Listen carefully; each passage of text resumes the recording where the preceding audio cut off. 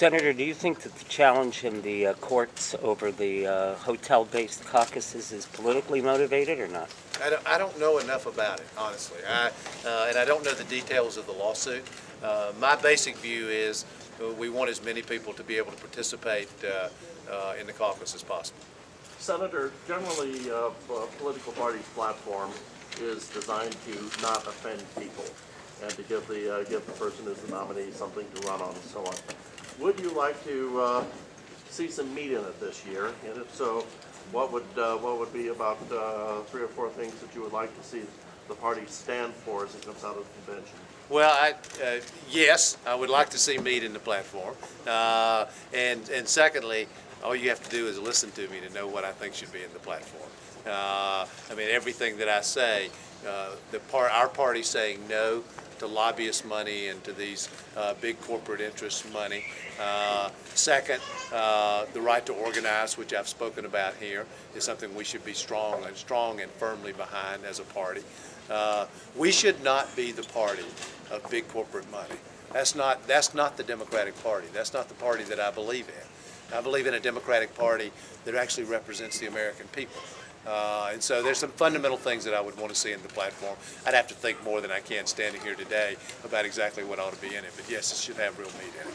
Senator, why do you always get third billing, and how do you feel about that? Well, I'm running against it for a year now. There have been, the national media has been telling the voters that there are only 2 candidates. And even in a debate last night, there were 3 of us, and I think a lot of caucus goers and a lot of viewers were surprised to see that there were still three serious, viable candidates for the nomination. What I know is when people hear me, both the passion with which I speak and the things that I believe in, that they move in my direction.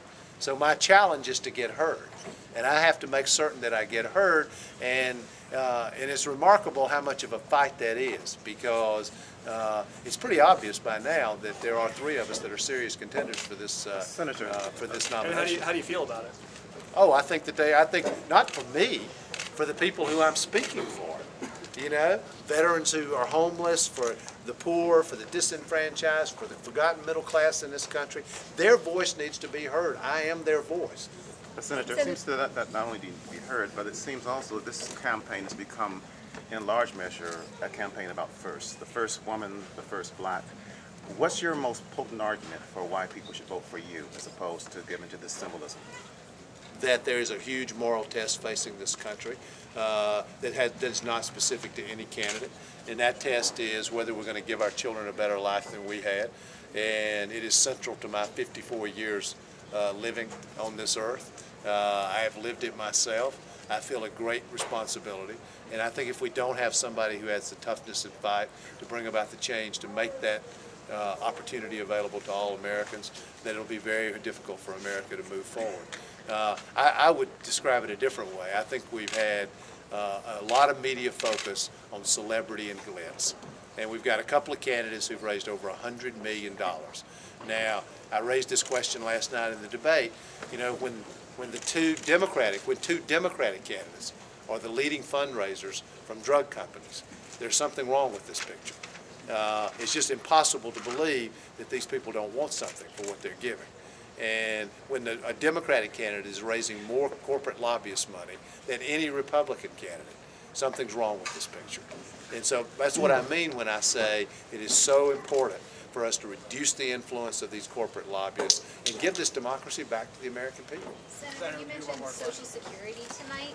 Senator Clinton has this mailer out accusing Obama of having a $1 trillion tax increase by lifting this cap on the payroll tax. What do you think about that? Do you consider Sounds that? like the politics of scare tactics. I mean, Senator Clinton, I've sat beside her in so many forums and debates now, and I don't have a clue what she would do about Social Security. I can't imagine how the voters in Iowa, and the caucus goers in Nevada, or the voters across America could possibly know. I mean, I understand the issue. I've heard her answer the question 30 times, and I have no idea what she would do. And so I don't think it's possible for the American voters to know. I mean, she says she's not going to cut benefits, she's not going to raise the retirement age, and she won't raise taxes. Well, I'm sorry, those are the options. She's just not willing to take a position. And I think it's important for caucus goers here in Nevada to know that I've taken a very strong position to do something about Social Security. Say no to privatization, no to cutting benefits, no to raising retirement age, but doing something about the cap on the Social Security tax. People who make $200 or $300 million a year shouldn't have the vast majority of their income exempt from Social Security tax. That's not right. Because it means we're putting all the burden on working people. Senator, how do you feel about Representative Kucinich being excluded from the debate yesterday after being included or offered to be included and then was excluded? Well, my general view throughout the whole process has been people deserve to have their voices heard. But I have to play by the rules that are dealt me. You know, we don't control that process. Thank you all very much. Not getting a health care question. Go, John, go.